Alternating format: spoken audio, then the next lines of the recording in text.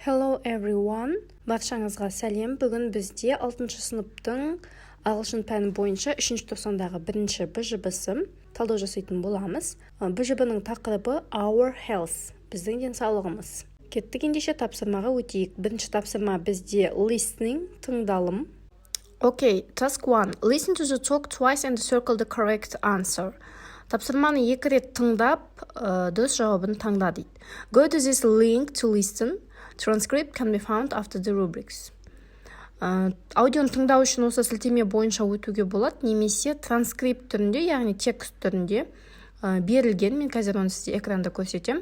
Сол бойынша біз тыңдап, немесе сол жаңа текст бойынша оқып, тест түрінде берілген тапсырмалардың дұрыс жауабын табамыз. Okay, let's read and translate.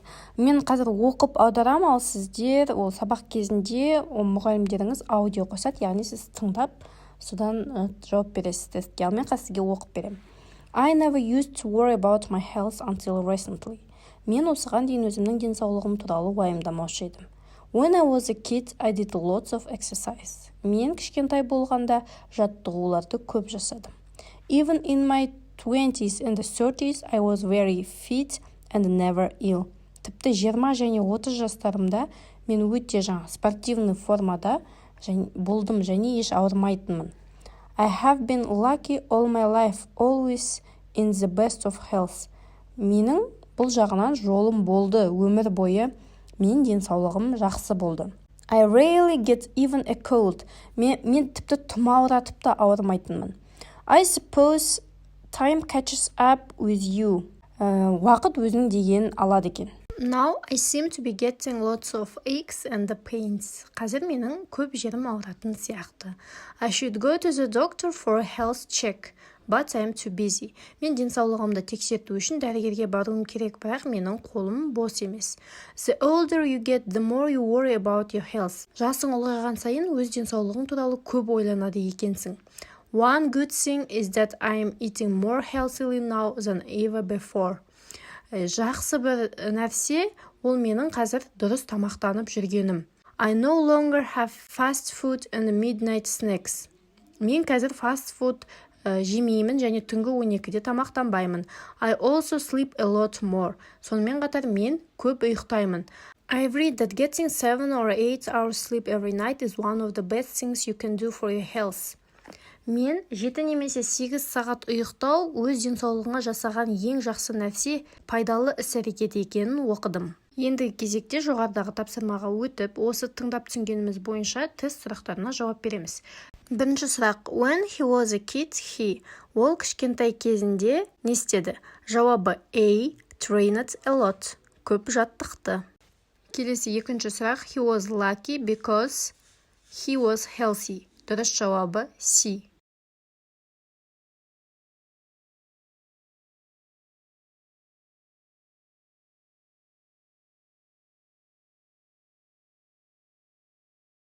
Үшінші сұрақ. He thinks when people become older, they worry about health. B жауабы дұрыс.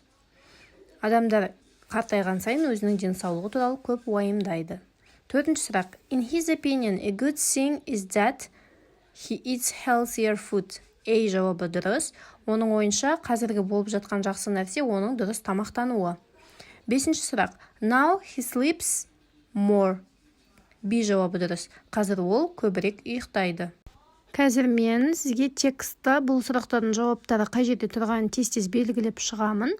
Біз 5 сұраққа жауап бердік. Енді келесі екінші тапсырмаға өтейік. Бұл бізде speaking, яғни сөйлеу. Task 2. The learners are arranged in pairs. It is a two-way conversation. You have 1 minute to prepare and 2 minutes to talk on the topic.